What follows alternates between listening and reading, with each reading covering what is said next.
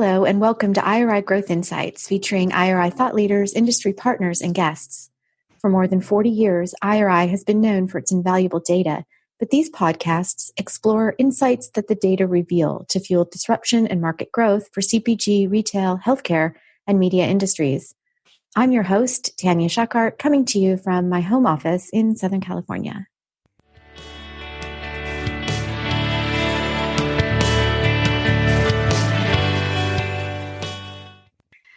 Good morning, good afternoon to all of our listeners. Welcome to Growth Insights. Exciting episode today. We're talking with some terrific guests. We've got Nadine Karp McHugh, President of Her, Association of National Advertisers, and Jennifer Pelino, Executive Vice President, Omnichannel Media and IRI's Media Center of Excellence. Welcome, ladies.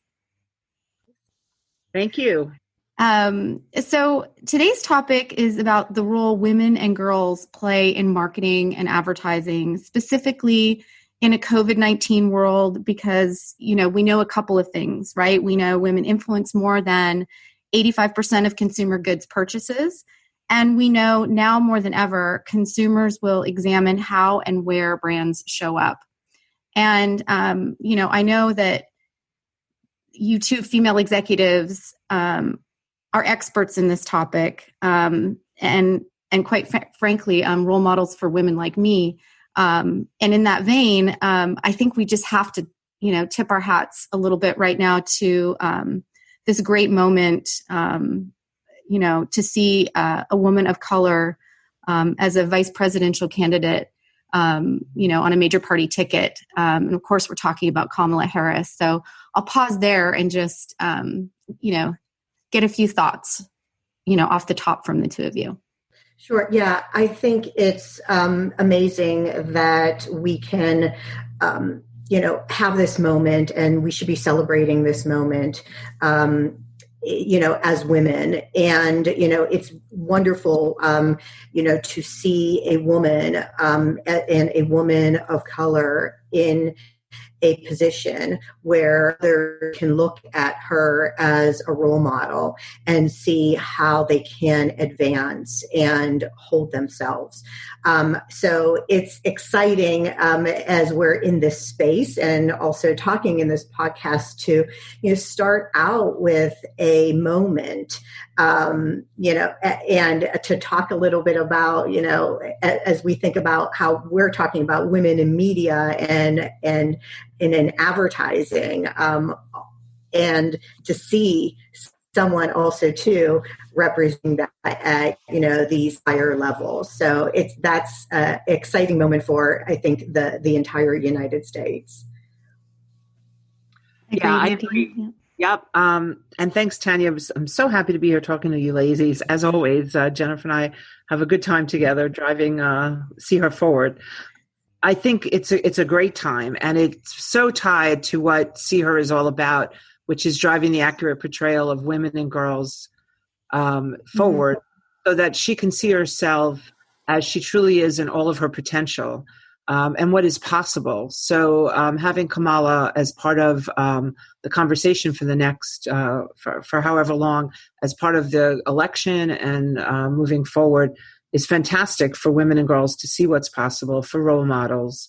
I think it's a great time in history and underscores what we're all about as far as accurate portrayals go. And we always say that we always take an inclusive approach. It's about seeing her in all her glory, or race, ethnicity, shape, size, sexual orientation, etc. So women are multidimensional and multifaceted, and it's wonderful to see that come to life. And the election. Yeah. I mean, I know that, a concern that many parents have, right, is that there's no role models for their girls on TV. And, we're seeing that change. And certainly on August 11th, it definitely changed. And we're going to be seeing, at least for the next 3 months, running up to the election, a woman of color on TV a lot. So, it's an exciting moment. I agree. Just a quick tip and nod to that. So, moving on with our topic today, the See Her Forward movement And even we're going to talk about the development of the gender equality measure or GEM.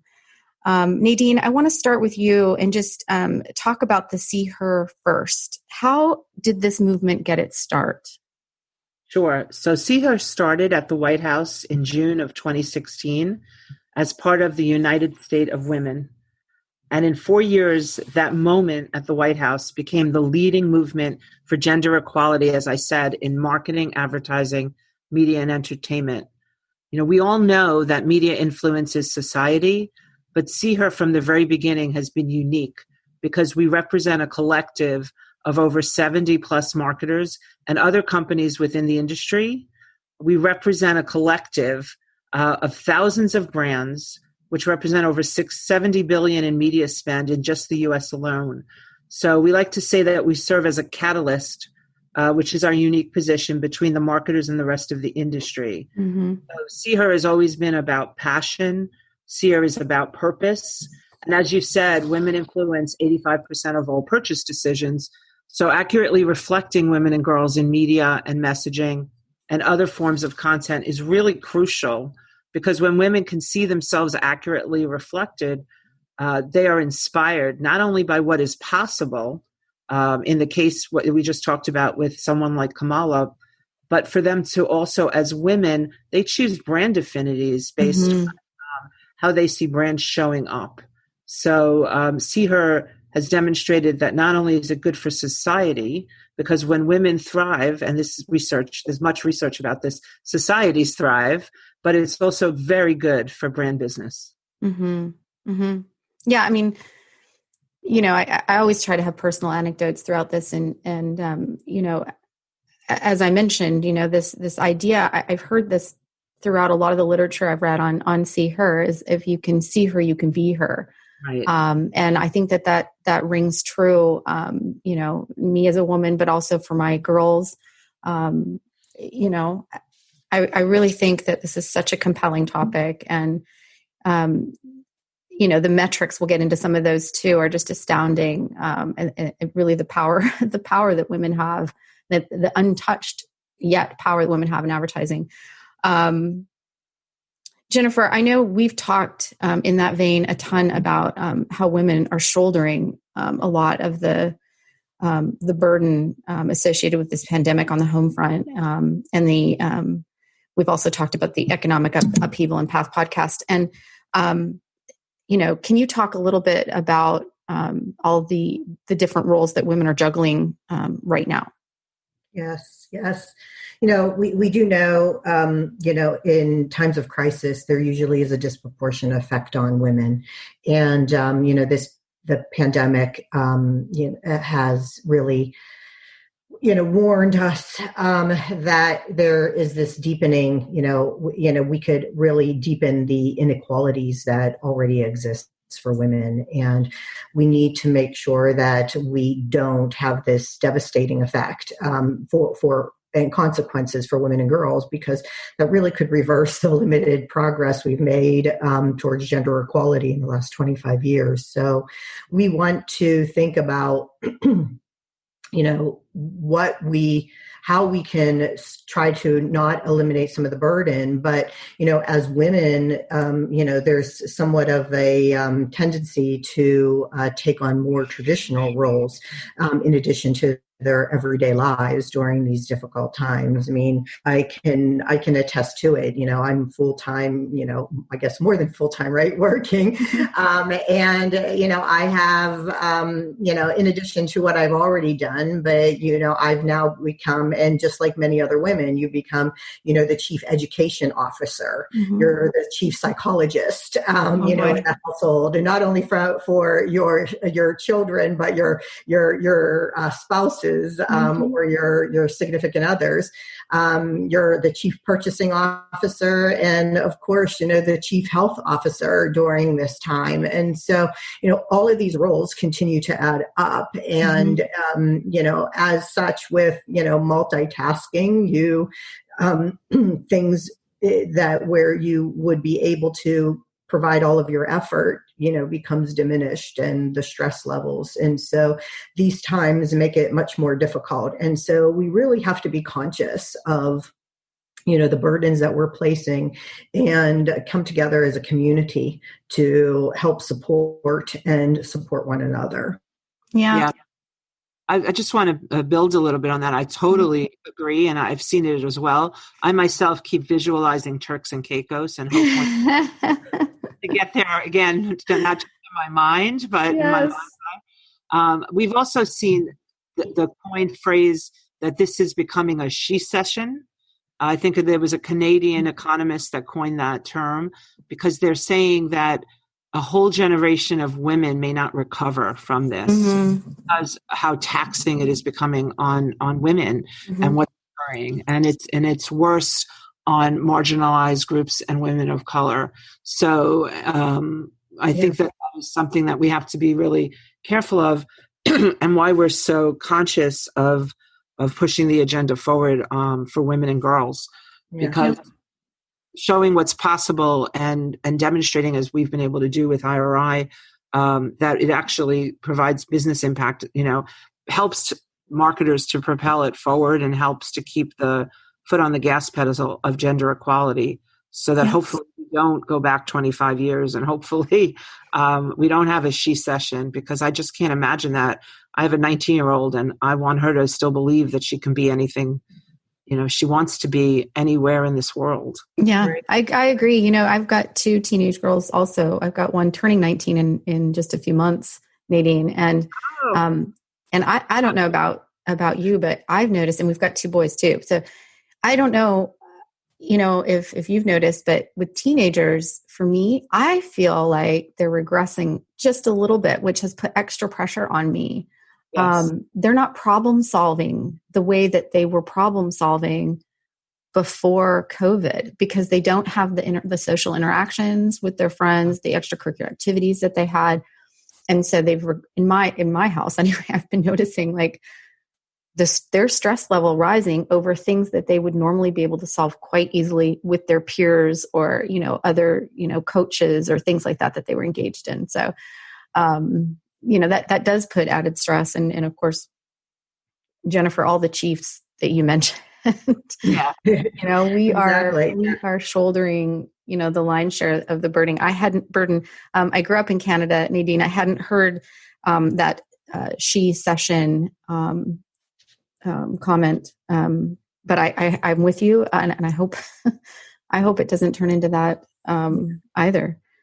Yeah. And I know we were in one of the biggest issues, right, with, some things like that happen is that, in society and in business, we know, there's, statistics abound that when women are empowered, right, they prosper.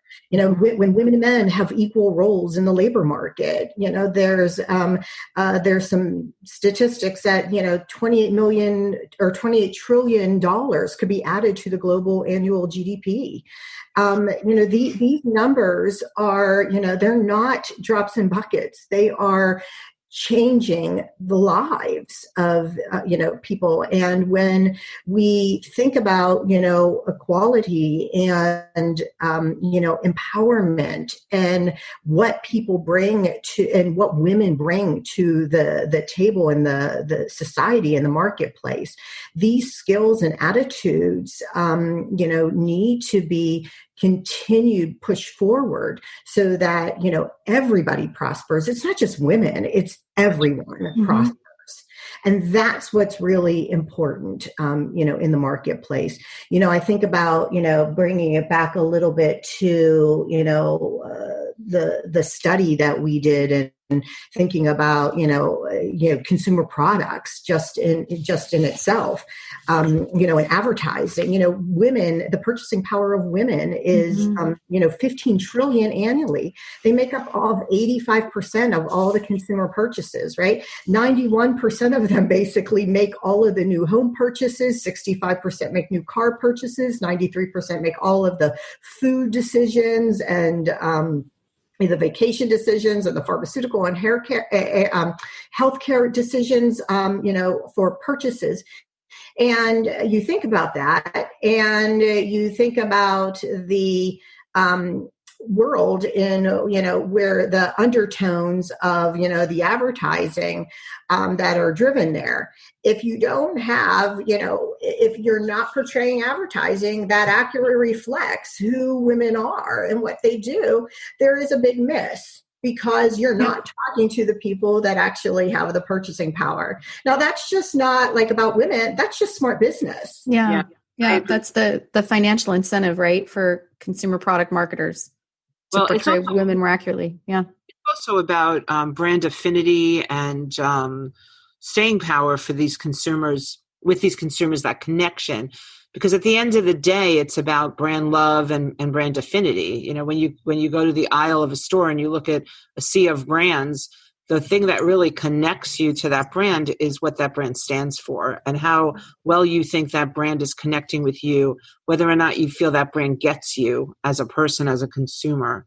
So I think that now more than ever, it's really important for marketers to be in tune with the consumers. And in this world that we're living in, that is very complex with a lot of issues that are layered. We're living in a world that we're basically living with two pandemics right now. Mm-hmm. And consumers are watching what marketers are doing more than ever with the most intense of lenses during these unprecedented times. There's no question.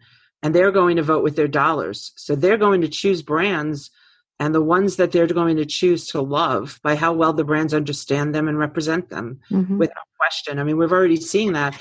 And social media has made it so not only will they choose them, but they're going to tell their friends who they've chosen and why, and also, consequently, who they don't choose and why.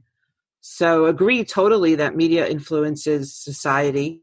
We also have research that's shown that strong female characters in media inspire women to be more ambitious, more assertive, and even in some cases, they're inspired to leave abusive relationships. So that's the power of media. That's why what we're doing is so important. It really is reflected in society, and consumers are watching more than ever. Yeah, agreed. Speaking to the culture from a pandemic perspective, I don't know, in a lot of the research and studies that I read, not just with you, Nadine, but the collaborative, topics with IRI. I came across this quote: "You don't need to meet a grim culture moment with a grim brand tone." And I just wanted to talk about that a little bit. What are some considerations for advertisers right now, given what's going on? Yeah. We're not grim, so that must be IRI. We're about jam. Grim cultural moments. Yeah, grim cultural moments. Well, there is a grim cultural moment, a little bit now. But yeah, I think, as a brand, you have to, in times of crisis or times of change happens almost more rapidly, and you have to be on the pulse. And so you have to understand, not only consumers, you have to understand that backup of the data and what you're supposed to, how consumers are reacting to that. And, as considerations, we need to not only think about, the past, but also really think about the future. And when I think about that, you have to think about the generations also too, what their attitudes were before and how their attitudes, are even being shaped by this. So messaging needs to be authentic. Not only, from a standpoint of your messaging, but, how that really ties back to your brand. You see a lot of different options. There's a brand where, everybody was kind of jumping on the bandwagon, at first when the pandemic happened, about, thanking everyone and talking about the movement. And yes, that is absolutely, a wonderful sentiment. But then, when every single brand starts over rotating on it, the messaging starts becoming really diluted. Mm-hmm. And there is a way in which I think brands have to be thoughtful and thinking about doing, having that message.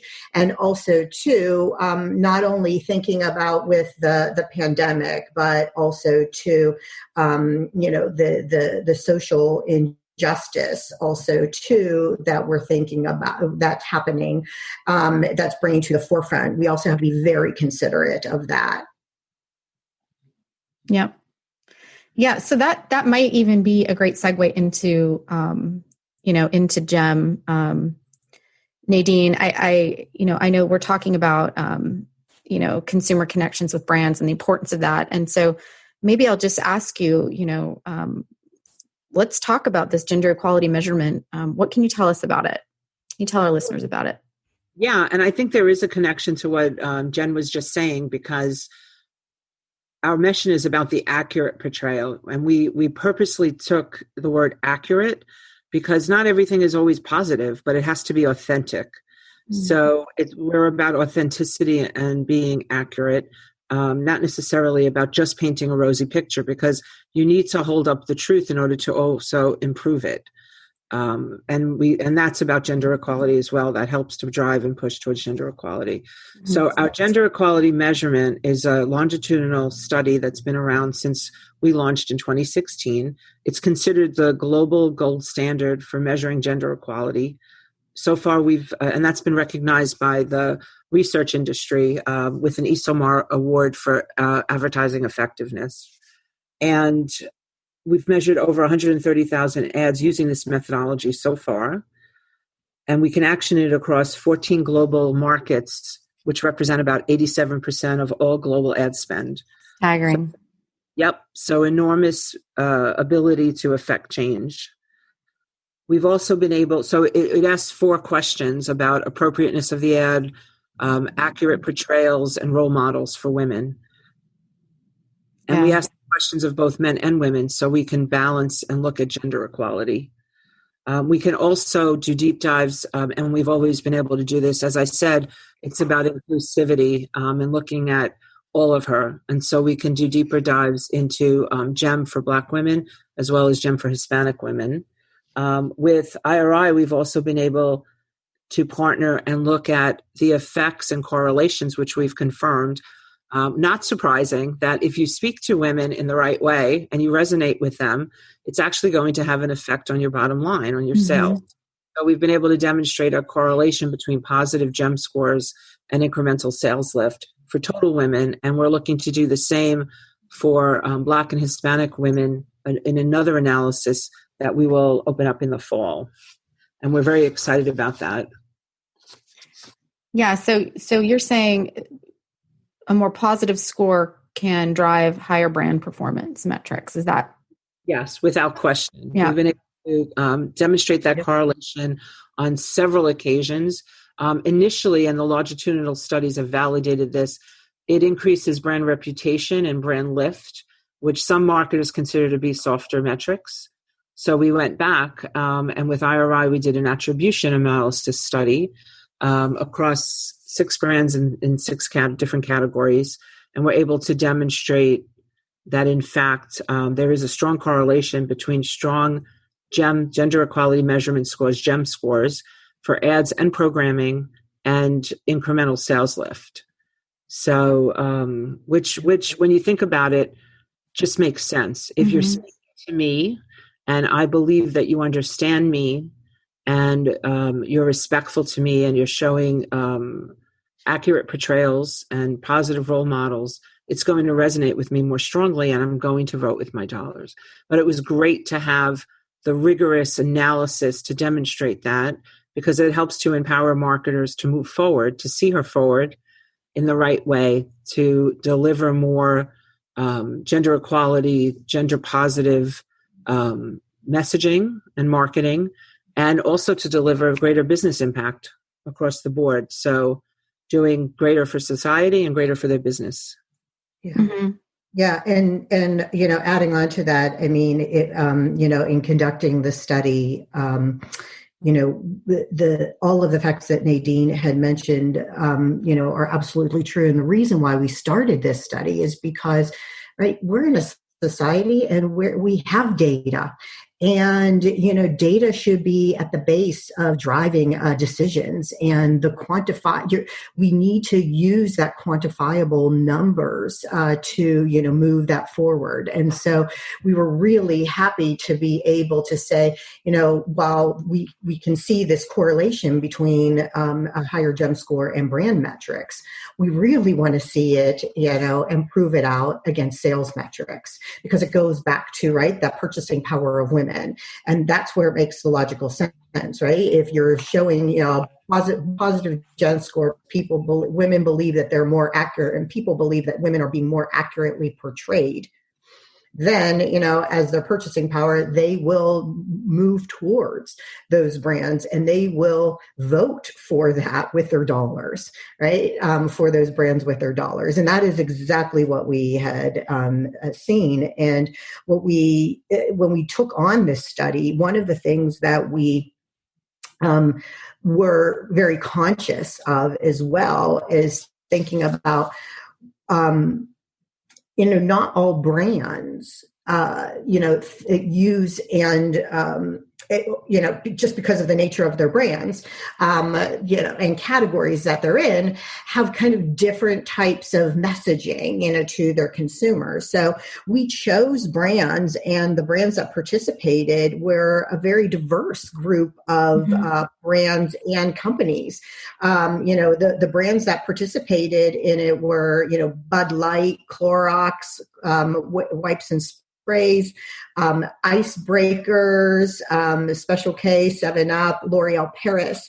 These brands, were the foundation, and you can see cut across a number of categories, but also contributed over 20 different creatives that allowed us to, across a number of different mediums in which it aired, across programs of different genres. And so we were able to get this really robust base of analysis that we were able to measure from. And we just didn't measure positive, I was just going to say, yeah. How did consumers respond? Yeah. So we looked at GEM scores ranging, in all of those ads from 91 to 116. And as Nadine said, the general index is, based off of, 100. And so we we not only rated the GEM scores against the products and the creative, but we also rated it against the programmings that they were also in, so that we can get another metric of is there an incremental effect when you are putting higher GEM scores into higher GEM programming. And we looked at ranges in programming from GEM scores of 56 to 141. So this gave us this amazing base to look at it. And what we found is that like Nadine said, that the results were conclusive. The higher the ads with the higher sales lift had higher GEM scores, and ads with the lower sales lift had lower GEM scores. And creatives that scored higher than 100, on the index, drove sales lift of 5 times that those that were ads that were compared to, those ones that were lower. So strong results. And we just, we didn't even stop at the creative. We stopped to, as I mentioned, we talked about the programming, but we tried to understand the importance of, what that scale did when we generated and put those programs in, or put those creatives in different types of programs to understand it. And we looked at, day parts, networks, and programming level. And again, those ones that score, those where we had programs and ads that had creatives that aired during programs with scores greater than 100, we had a 93% greater lift. That's just unbelievable. It is the synergistic effect and that exponential effect that marketers now have these quantifiable results. And right, like it is hard as a marketer to try to eke out those dollars for the brand. I was an ex-marketer, and it's hard to find that. And when you find something this pretty easy now, like you can do, gosh, I have to have a creative that has a good positive gem score, and I can put it in programming that has positive gem scores. Putting those two combined, I'm going to get a better lift associated with it. I mean, that's a home run for marketers. Yeah. And I think I read somewhere, right, that L'Oreal Paris, there was an estimated 4.8 million in incremental sales. Yeah. Is that right? I mean, that was published in the white paper, I believe, that we did in partnership with the permission of L'Oreal Paris. Mm-hmm. I just want to make that clear too. Yeah.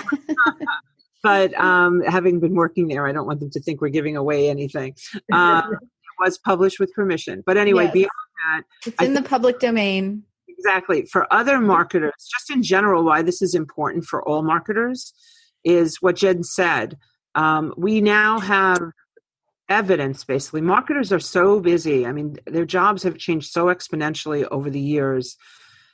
They now have sort of a formula through GEM and this GEM sales lift with IRI that demonstrates what the right formula is to gain incremental sales against a very core audience that represents, as Jen said in detail, across multiple categories, but at least influencing 85% of all purchases, and across many categories directly purchasing.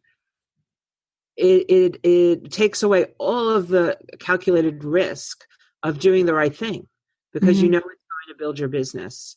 And so it's easier then to navigate through the changes that might need to occur in the creative nuances that you need to take into effect in the buying process that you now need to change in order to get more GEM positive programming or CHER aligned programming.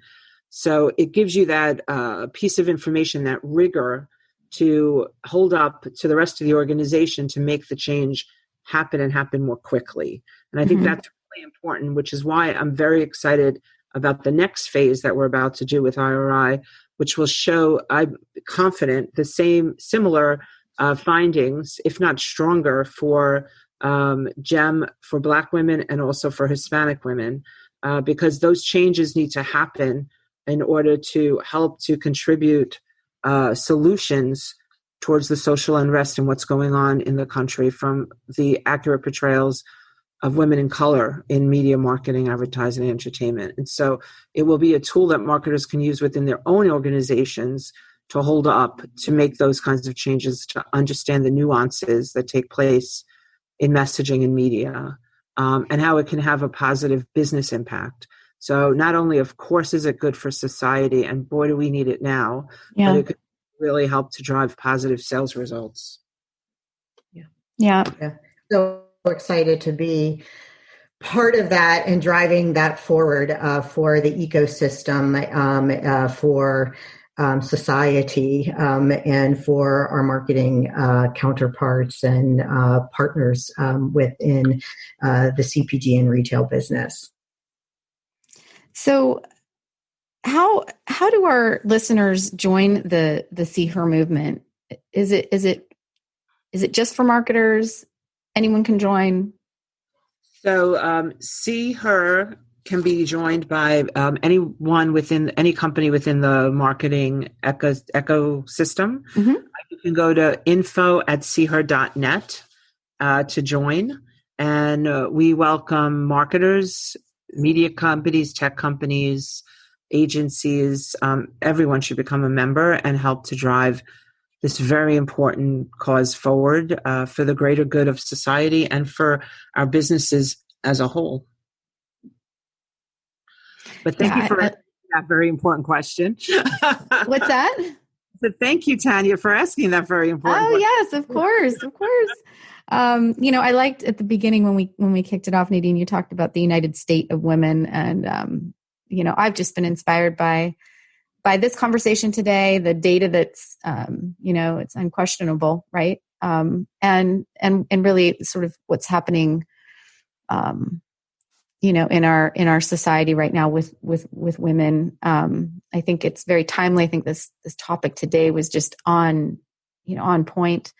I'm excited to learn more, keep learning more about See Her, and yeah, just it's an inspiring time. And I think the conversation's, also timely, and be interesting to see what ads are going to roll out in the next 90 days as we inch toward November.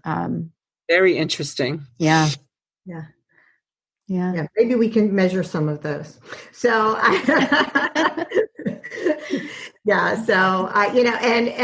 for those, just if for those who are listening and are interested, shameless plug for the work that the See Her group did, and the analysis that IRI did, the white paper that has all of these key insights into are located both at the See Her website as well as at the IRI worldwide.com website. You can find that published white paper.